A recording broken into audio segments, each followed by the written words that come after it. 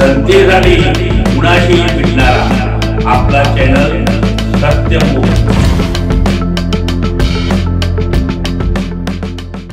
इचलकरंजीतील माजी मंत्री प्रकाश आवाडे यांनी इचलकरंजीतील कामगार संघटनांवर केलेल्या टीकेच्या निषेधार्थ मार्क्सवादी कम्युनिस्ट पक्षाच्या वतीने महात्मा गांधी चौकात निदर्शने करण्यात आली।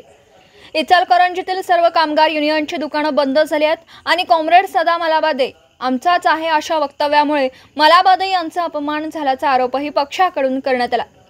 माकपच्या नेत्यांनी प्रकाश आवाडे यांच्यावर कामगार संघटनांची बदनामी, यंत्रमाग कामगारांच्या किमान वेतनाला विरोध आणि कामगार चळवळीची प्रतिष्ठा कमी करण्याचा आरोप केला।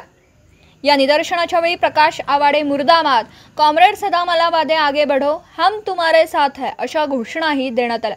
कॉम्रेड सदा मलाबादे यांनी अनेक वर्ष कामगार आणि कष्टकरी वर्गांच्या न्यायासाठी लढा दिला, कधीही गद्दारी केली नाही। उलट प्रकाश आवाडे यांनी आपल्या पक्षाशी दगाफटका करून भाजपमध्ये प्रवेश केला आणि सत्तेसाठी तडजोड केली असा आरोपही यावेळी उपस्थित नेत्यांकडून करण्यात आला।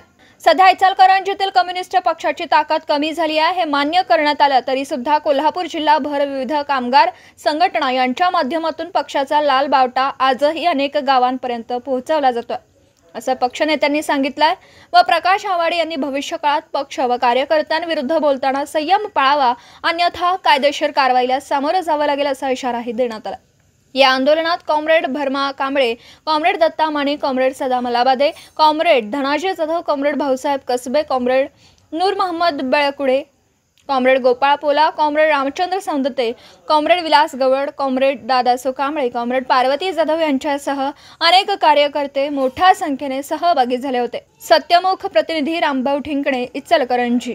जनतेसाठी कुणाशीही भेटणारा आपला सत्यमुख। लाईक करा, शेअर करा आणि बेल आयकॉन ऑन करा। मित्रांनो, विसरू नका।